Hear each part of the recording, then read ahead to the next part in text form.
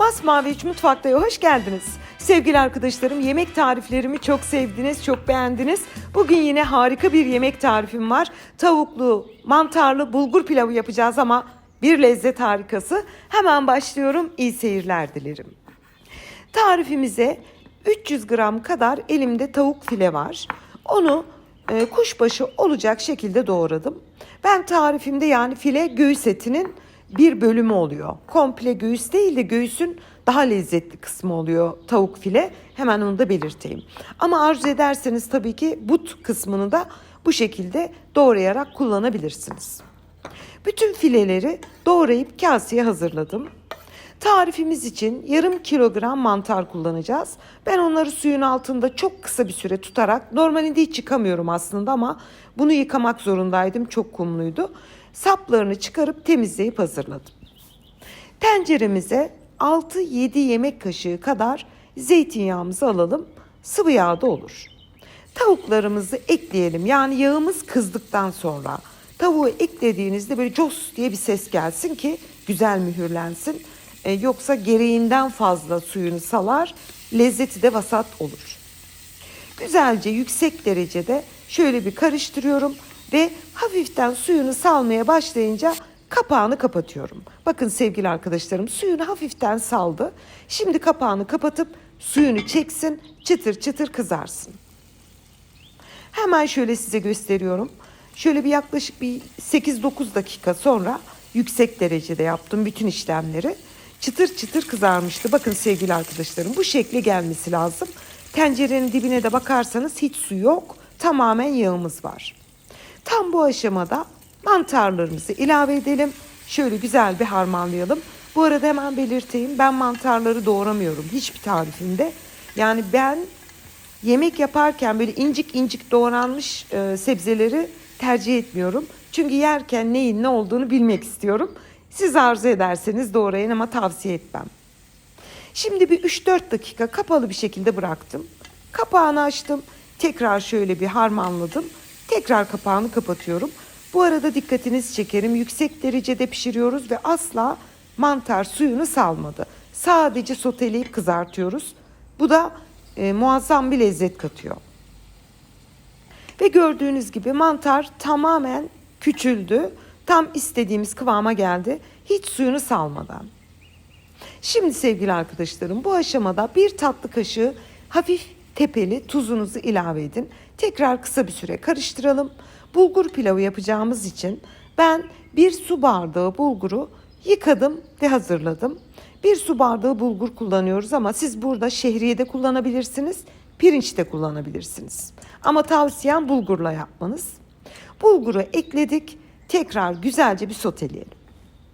Yani lezzetli bir yemek yapmanın bence en önemli püf noktası sotelemek, yüksek derecede sotelemek çok güzel bir lezzet katıyor.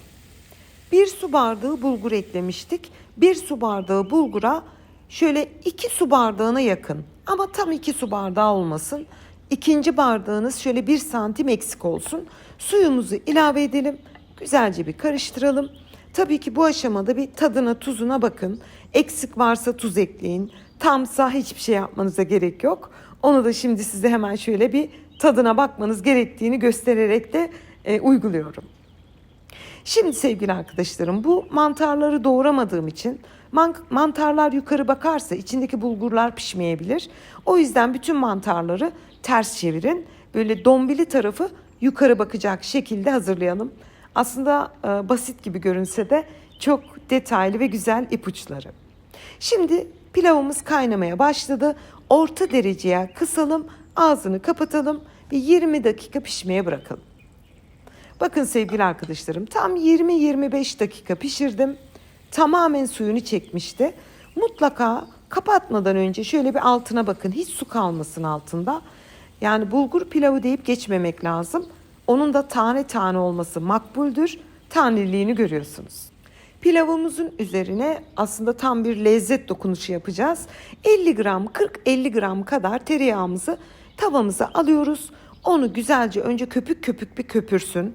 Köpüğü gitsin. Sürekli karıştırın. Bakın köpürdü. Köpüğü gidince biraz pırıl bir hal alıyor.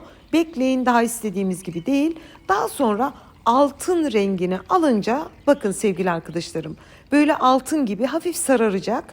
Tereyağı tam istediğimiz kıvama geldi.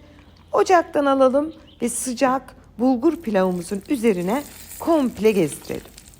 Yani bu dokunuş, nasıl diyelim, altın vuruş diyelim. Şimdi tereyağımızı ekledikten sonra güzelce harmanlıyoruz. Her tarafına tereyağı gitsin. Çok lezzetli bir yemek. Sevgili arkadaşlarım, lütfen denediğinizde bana yorum olarak bildirin. Aslında çok şey anlatmak istiyorum ama videoyu da uzun tutmak istemiyorum. Şöyle bir düzelttim. 15 dakika dinlenmeye bıraktım. Ve pilavımız servis için hazır. Bir 10 dakika dinlendirdim. Hemen kapağını açıyorum. Keşke size lezzetini de tattırabilseydim. Aslında bizim kültürümüzde şöyle bir şey var. Salçalı yemek, bol domates, bol işte her şeyi mıncık mıncık doğrarız. İnanın ki bazen az daha çok demek. Yani çok duru ama inanılmaz bir lezzeti var.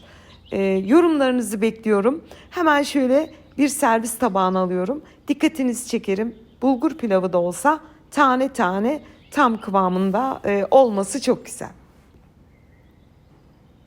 Yani ben de izlerken bazen çok hoşuma gidiyor. Biliyorsunuz sevgili arkadaşlarım, ben videolarımı zevkle ve aşkla çekiyorum.